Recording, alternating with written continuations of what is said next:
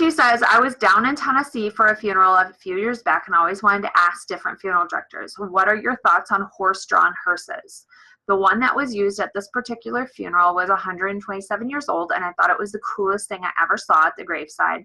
There was a bluegrass quartet singing There Will Be Peace in the Valley. It was a beautiful service.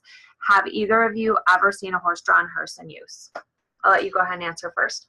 I've never seen one in use. Actually, the funeral home that I work at now, years ago, the owner was talking about possibly like looking into renting one, just because within our area, like where the funeral home is located, we are very close to different churches and cemeteries. Like we are within probably like a 3-mile radius of like a ton of different churches and cemeteries. So there was talk about it, and then like nothing ever happened from it. So I've never actually seen one in use, but I think that they are the coolest things.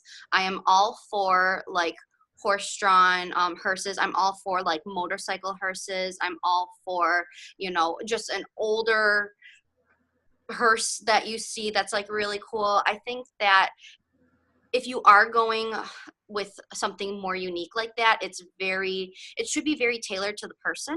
Yes.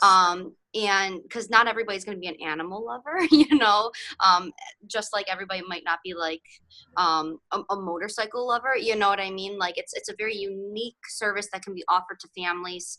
I think that the best option for most funeral homes would be to be able to have some sort of a rental option, just because it doesn't make sense financially to, in my opinion, own it, because then you're taking care of the horse, you're taking care of, you know, all of that. My sister-in-law has a horse, and I know how much money she spends housing him and feeding him. So it's just like, I just think that if you have the option available, where you're a funeral home and you can rent it, and if it's something that a family wants, go for it.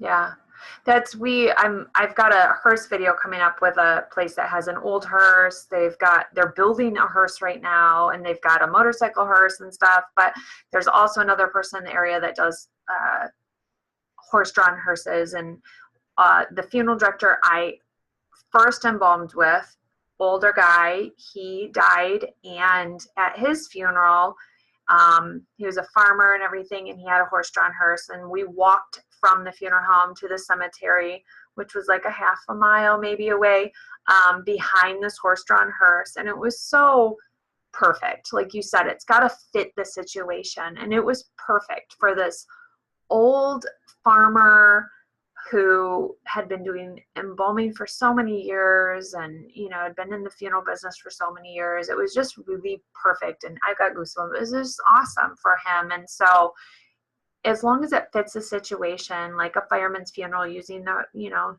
changing up what you're taking them on, like using the boat. Have you seen the boat where you hook the boat behind a truck and you put them on like the fisherman boat and take them down the road? And you know, you tailor it to the person's hobbies and interests and things. I think it's perfect. So, and I think another thing is too the location that you're in, because obviously if you're in a city setting, you're not going to be using a horse-drawn carriage, you know. So it really too depends on where you live and what your climate is and the road situation and things like that. So yeah, for sure. Wes asked one question for an upcoming video: how your role as a freelance funeral director works. I assume each funeral home would have their own dedicated director, or is it to assist when they're busy away? Okay, so this one's just for me essentially.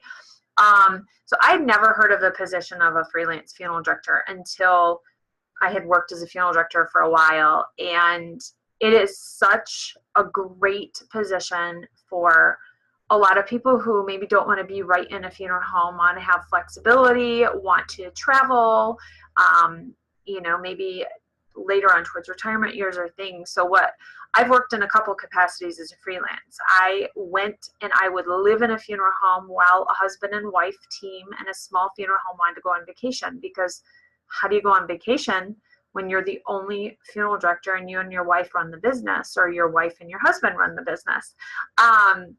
So somebody has to come in and run it while you're gone. So I would go move in the funeral home into the residence for a weekend or for a week so they could go on vacation, and I would run the funeral home.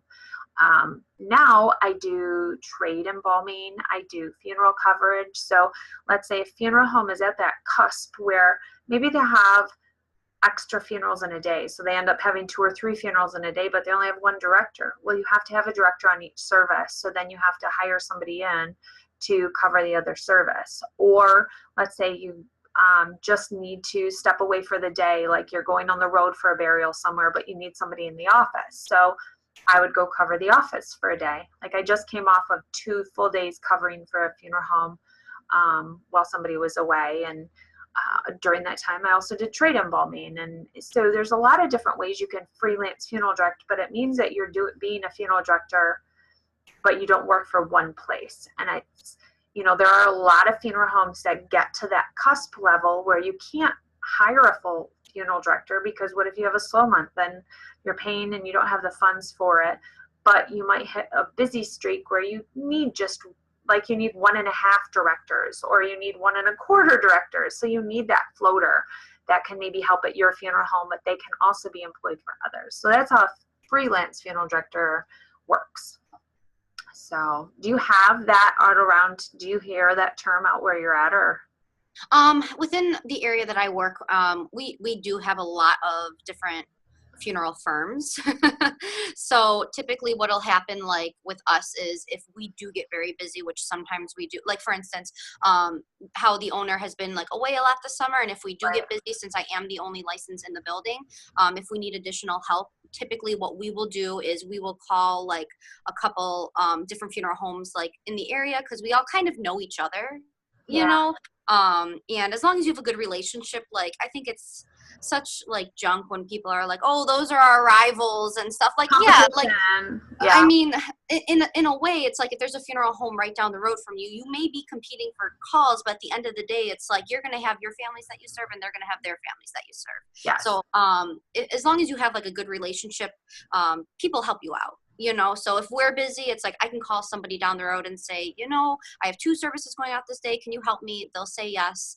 And then it's like, we would be right there to do the same for them if they ever needed it too. Which is really nice to have that relationship, because it's not always no. A lot of funeral home owners are very like, we don't want any competitors in our building. We don't want anybody looking at what we do. And territorial. Very territorial. Yes. All right. Have you ever had to tell someone they had to take the body back and go somewhere else? I think this is a great question because it does happen. I don't think it's presented in that way, but I was just having this conversation with somebody that, just because you're a funeral home doesn't mean you are meant to work with every family who has a loss, especially when it's financial or whatever the reason, because you may not be a good match for each other. So you may need to call the direct cremation, lower priced place down the road, because they financially are going to meet your needs better. And so it's being able to have that conversation with the family in a tactful and respectful way, and let them know it's in their best interest that maybe they need to work with a different funeral home, because in the end, they're going to be more comfortable with the decisions that are made and with the pricing and with everything. That's the only time I've ever had to have a family go somewhere else. Never out of. I think the same with me. If you have to, and it's always the suggestion, because it's like, as a funeral home owner, as a funeral home employee, you never want to send a family away. You really do want to try to do everything in your ability to serve anybody who calls upon you. But just like you were saying, there are going to be those instances when you get a family in and you're going to be sitting down and talking with them and realize that they just don't have the money to do what they want to do.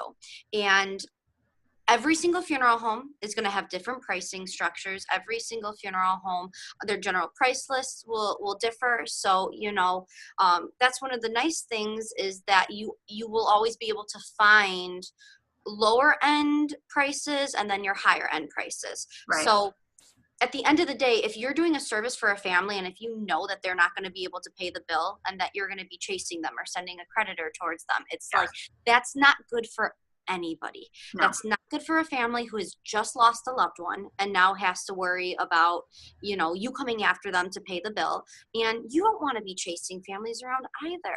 Like, No. nobody wants to do that. So sometimes, like you were saying, it's just, you have to do it in a respectful way. But at the end of the day, I think families appreciate it more at the end of the day, that you're upfront, you're honest with them.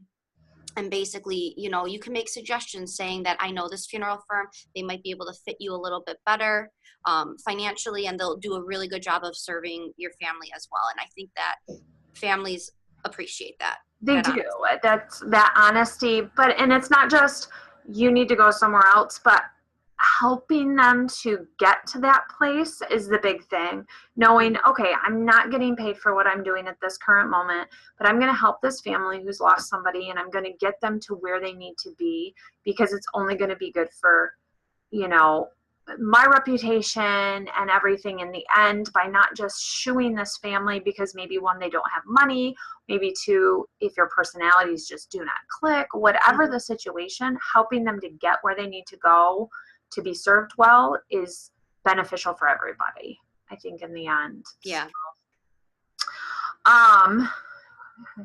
When a man dies, do they have an erection? I like, this is so funny. This just reminds me of one time, like, I had a woman I was working on a pre-arrangement for, God, like years ago, first, like when I first became licensed, and she had, like, she was out of state. So we did everything over the phone, but she was going to end up being buried back here because that's where she came from. And she had said to me at one point, like at the very end, Lauren, and this is my one request. I've been fat my whole life. So when I die, I want to be buried skinny. And I was like thinking to myself, like, well, lady, like, you die as you live. Right. You know what I mean? So like this just, it's funny for me because it's like, you die kind of how, Right. what you're doing. So like, does every single gentleman who come in have an erection? No. Like, could it happen? Like, you know, in a certain, like, yes, you know, in a certain situation, depending on how, you know, what happens, I guess. But it's like that blood flow too. This is such a weird question. I know, I get it though a lot, and I think it's people throw it because we're girls and they want to, like, oh, embarrass us, and I'm like, sorry, I'm too old at this point to get embarrassed by the word erection. And you know, we deal with, and here I am, like, giggling, like, this is our age difference, I guess. But, yeah, you know, I tell people, just like a smile is something that is controlled by muscle, same thing. You know, a man is not, if it becomes engorged or anything, it's typically from fluid that is going to that area. It's not because it's a muscle reaction, you know, that's happening. I've never seen that. Maybe it has happened. yeah, like when you're embalming, it's not like it's just gonna, no, full mast it. No, it's not like on the movies where you're rolling the gurney down the thing with the sheet over it and there's the erection sticking out. You know, it doesn't work that way. And I have had where I'm injecting the fluid and, you know, the penis fills and it's kind of stands up and it's like, what am I going to do with that? But it goes down, you know, after there's no pulsing of the fluid through the circulatory system, it goes down and it's back to normal. Sometimes though, the one situation we do deal with is edema in that area where the testicles are like I'm not even exaggerating. No, you're not. Enormous because of edema that goes to that area. Just like it goes in your legs, it goes in that area as well. So we do have to retract out or dry out the testicles or dry out, you know, the penis if it's too large, because pants don't fit on, and you put pants on and there's just this huge, and you can't put the legs where they need to be, and so you do retract out that fluid because that area is going to decompose so quickly because there's so much fluid there. The first time I ever saw that, I was 20 years old. I think I just graduated, just started like my residency, and I was with like the one male funeral director, and I was just like, I was 20 years old, you know? So I was like, oh my God, like what's going on here? Like, is that normal? No, and like you are literally not exaggerating. Like when you No. hold your hand to be like one testicle is it's unbelievable that what edema can do and how full of fluid they can get. And yeah, it's quite surprising when you don't ever see that. And then absolutely. There's so much the first time you see it, you're like, what is going on? And am I supposed to be shocked? Is this normal? And so you kind of watch the person you're with, like, okay, are they surprised by this, or is this totally a normal thing? And you try and gauge off of them. And sometimes you ask, sometimes you're embarrassed to ask because you don't know if it's a big deal or if it's not a big deal, or, like, what do we do about that? Do I ask what we do? Am I supposed to know what we do? You kind of go through that whole mental questioning phase about all of it. But like at the end of the day too, it's also with like, as a funeral director, whether or not you're a male or female funeral director working on like a male or female corpse, you're still treating them with respect. And like, there are these things that are happening, but you're more focused on, I feel like, the tasks that you have to do to correct them, where you're not focusing on what body parts are doing what. Right. You know what I'm saying? Like, when you're standing there and you're working on bodies that are there, you're not focused on, hey, this is John and this is his penis. Like, this is a body in its wholeness, just like the toe is there. That's just part of them. And once you've seen enough bodies naked, you're long past the point that they're naked. It's not even a thought anymore. And I know a lot of funeral directors who still, they put a piece of paper towel over a person's genitals every time. To me, they get wet, they get in the way. So when I'm embalming, the person is completely naked and I cover them with a sheet when I'm done.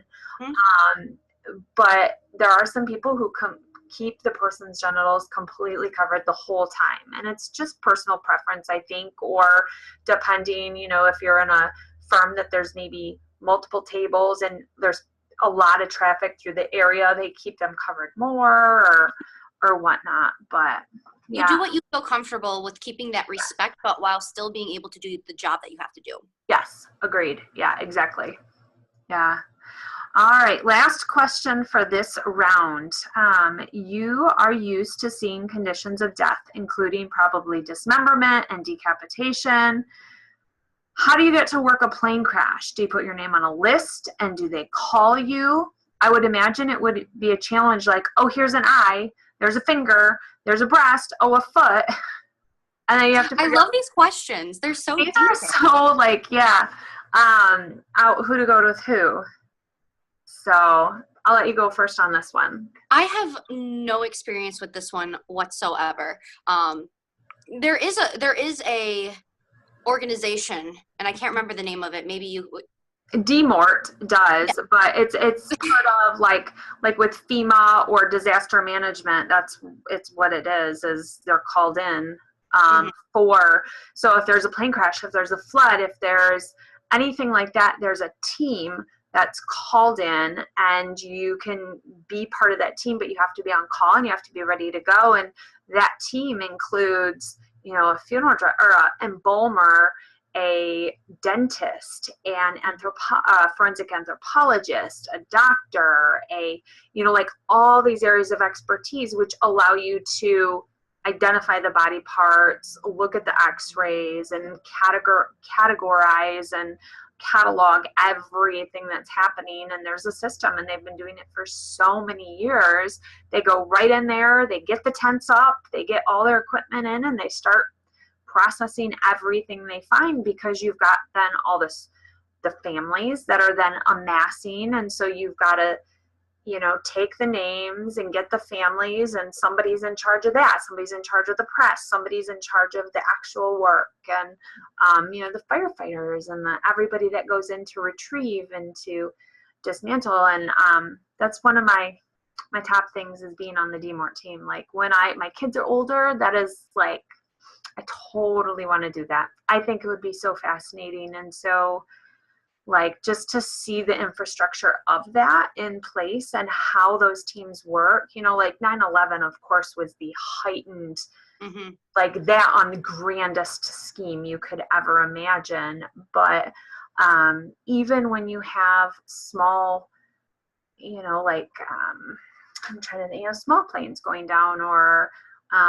shooting. We had a plane crash in a residential area here in the Buffalo, like Western New York area, when I was in college, like my first year of college, and it happens, like you were saying, not like necessarily a 9/11 extent, but tragedies happen every place where stuff like that is needed. I don't think I would be like you, though. I don't think that I would ever, like, it's not, at this point in my life, I should say this, at this point in my life, I have no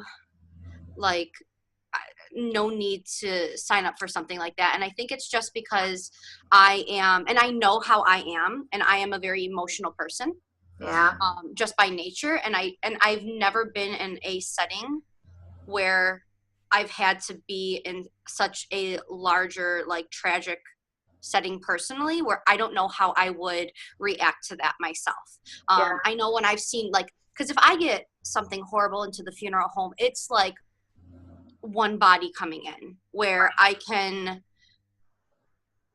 know how to deal with that, because I've dealt with that. So I know what I have to do mentally in order to, get this job done. But to do it on like a grander scale, I just don't know if I could mentally at this point in my life handle it, or even want to do it as a funeral director. So I think it's awesome that you would. I'm so interested in, like, the forensics of the bones, and forensic anthropology and stuff. So to me, it's that fascination. And I think when you're in that situation, you kind of like trade embalming, you go in, you do your part, and you leave.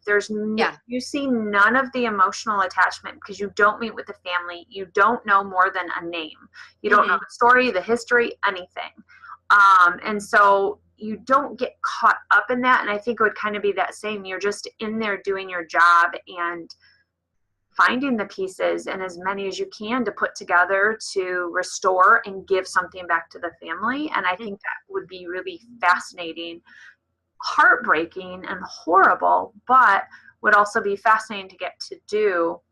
I had a buddy who was part of he went down when Hurricane Katrina was happening, and they were going into, all those cemeteries were being unearthed from the water, and having to figure out, where do these bodies go, and who goes in what casket, and who's who. And they were, nursing homes that had flooded and, had all these bodies, and they were bringing bodies out. And so he talked to a group of funeral directors afterwards about kind of his experience. He got really sick when he was there. I hope I don't tell the story wrong, but he was walking through water, and he got a cut in his leg and got such a bad infection because the standing water was so, infiltrated with bacteria. And so they had to, like, get him out of there ASAP because he was so sick. But he really loved getting to be part of it, and loved what he was doing, and helping and trying to find homes for these bodies, essentially, like find their end point and get them to their family, get them to their burial, get them wherever they needed to be. And so I think that's kind of the cool part of it, is that restoring, like when we get a dismembered body or a decapitated body, which is not as often as I think people think it happens. Yeah. But it's restoring to give back to the family. And that's, I think, our end game with any bodies we get, is giving their body, giving that family what they need in the end, whether it's no viewing, whether it's viewing, whether it's restoration. It's getting to do that and to give them something back.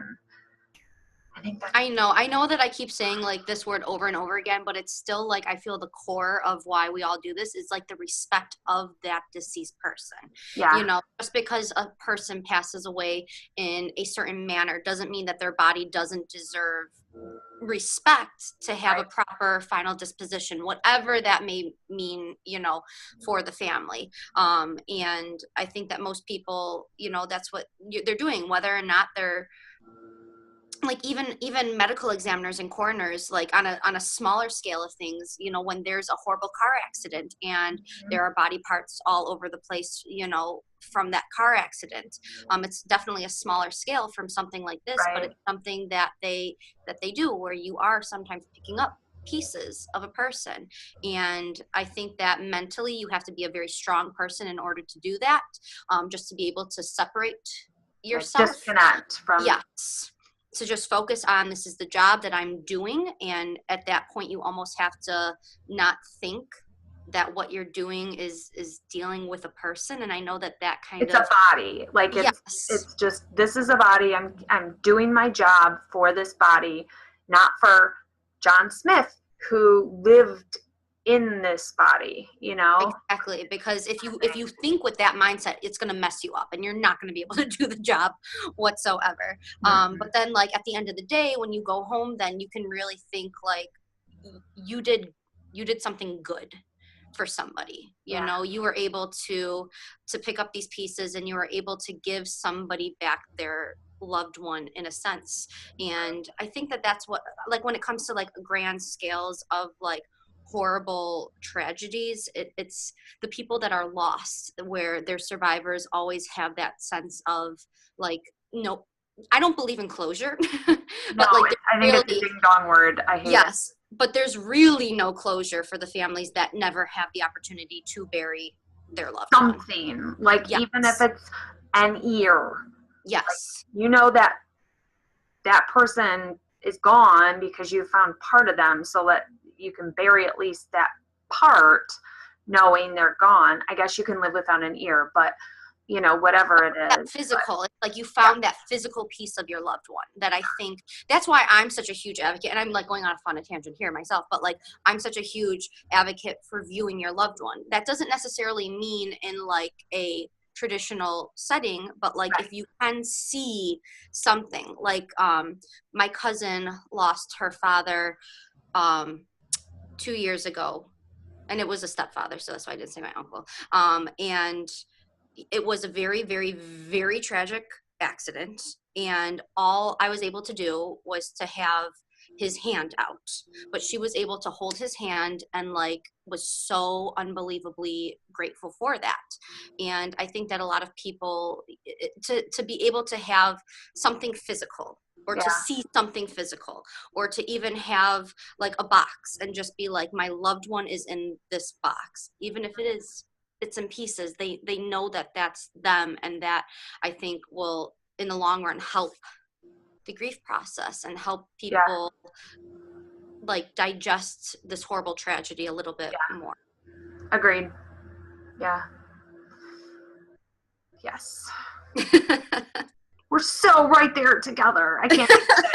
I feel like we're so bad at doing videos together because I feel like we agree on way too much.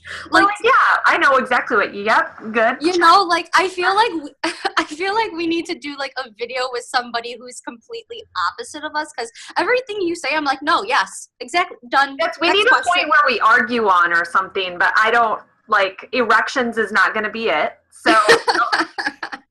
We'll move on from that. Yeah, I don't know what we would argue. Maybe we'll come up, because we do have a bunch more questions that we still have to answer. So maybe in the next round we'll find something we like. Find something we can disagree on. I don't know what that would be, but I know. We'll find something, I guess. So, oh, cool. Well, thank you guys for being with us for 2-part series on this. Our 10 questions turned into long, deep answers because they were such descriptive, detailed questions. So thank you guys for being here with us, and make sure if you have more questions, post them below, and Lauren and I will answer them for you guys. So bye.